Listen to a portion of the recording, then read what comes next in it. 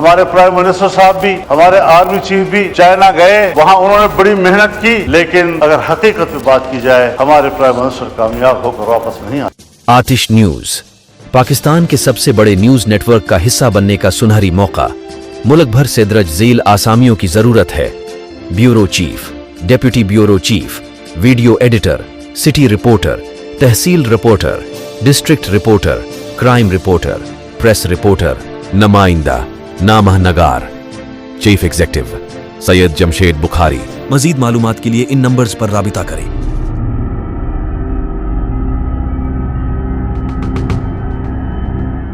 साहब काइंडली और साथ साथ मुख्तसर कर दीजिए, आज बहुत उनका भी लोगों को पैसे नहीं दिए गए, उसका टोकन दिया गया, वो टोकन अभी तक जेबों में लिए फिर रहे हैं। एक शख्स को अदायगी नहीं हो रही। आप बताएं, 4 लाख एक मकान बनाने के लिए, 4 लाख पर आपके घर का गुसलखाना भी बन सकता है, और आपने उनको कहना है कि पूरा घर बनाना है। 1,60,000 में आपने 1-2 कमरे बनाने हैं जो गिर गए थे। क्या मजाक दुनिया के साथ हो रहा है। आज चमन के ऊपर, बॉर्डर के ऊपर 9 महीने से लोग बैठे हैं, दर बदर बैठे हुए हैं।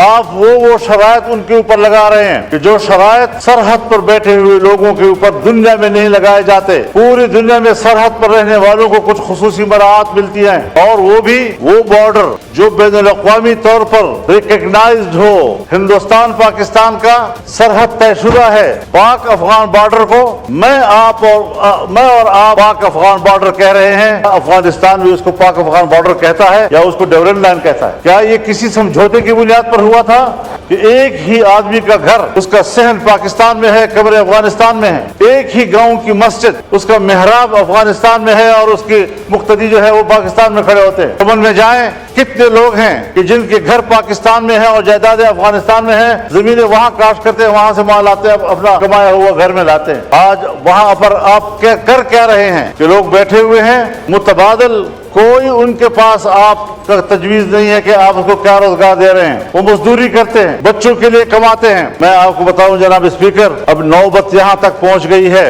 कि घरों के अंदर, मैं बड़ी जिम्मेदार फोरम पर बात कर रहा हूँ, कि घरों के अंदर हमारी माओ बहनों ने अपने जेवरात बेच दिए हैं, पालियां बेच दी हैं, और वो अपने रोजगार की फिक्र में हैं। वो खत्म हो गए पैसे, अब घरों के दरवाजे और खिड़कियां वो बेचने में मजबूर हो गए हैं। किस तरीके से हम दिन रात गुजारे। और रियासत इस हद तक शकील कल्ब हो चुकी है कि उनको एहसास तक नहीं है कि ये मुल्क के बाशिंदे हैं और उन पर क्या गुजर रही है।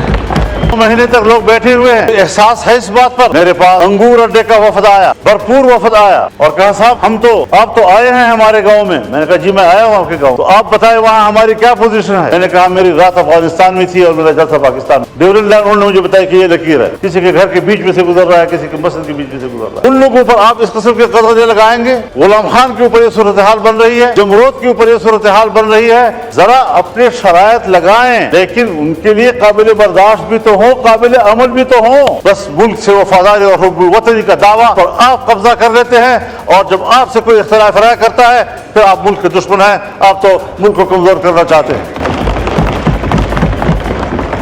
दूसरी बात यह है जनाब स्पीकर, हमारे यहाँ आप 1000 टैक्स लगाएं। मैं पार्लियामेंटेरियन भी हूँ, 40 साल रियासत की खारजार वादी से गुजर कर आज खड़ा हूँ। इन सहराओं को मैंने अबूर किया है। आपके मुल्क के अवाम आपको टैक्स नहीं देंगे, इसलिए कि अवाम को आप पर एतमाद नहीं है।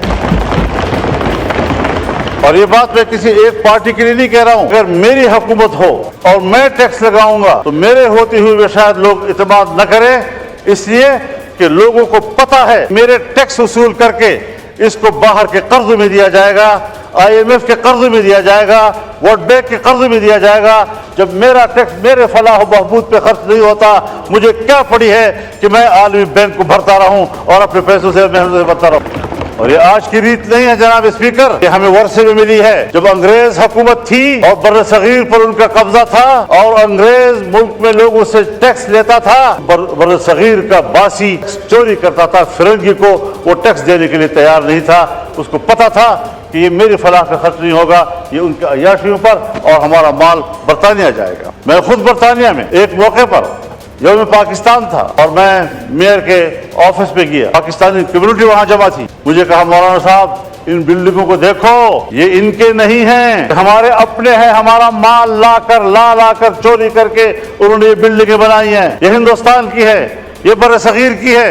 उसके बावजूद बरतानिया इंडिया आती है और पार्लियामेंट उसको कहता है तुम 100 साल से हमारे ऊपर हाकिम रहे हो, तुमने हमारी सरजमीन पर कब्जा किया था, पहले अपोलोजाइज करो, माफी मांगो, उसके बाद आप ऐवान में आ सकती है। और उसने माफी मांगी। जब पाकिस्तान आई और पाकिस्तान के पार्लियामेंट में आने लगी तो हमारे स्पीकर साहब और चेयरमैन सेनेट ने कहा हम पहले भी आपके वफादार थे, हम आज भी आपके वफादार।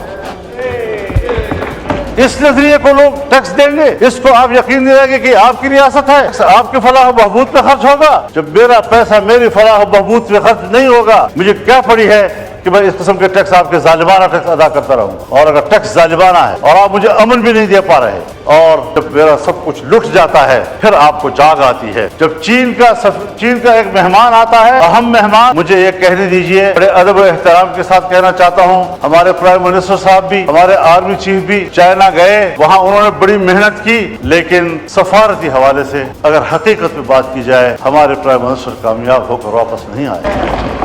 मौलाना साहब काइंडली और साथ साथ मुख्तसर कर दीजिए, आज बहुत उनका लंबा दिन है। उनका मेहमान यहाँ आया, या। हम सब लोग उनकी खिदमत में हाजिर हुए, मेहमानदारी की, और हमने उनको अपनी भरपूर हिमायत, ताईद, दोस्ती सब हवाले दिए। उन्होंने भी सब वही हवाले दिए। एक जुमले में उसने हमें जवाब दे दिया कि पाकिस्तान में अब भी सियासी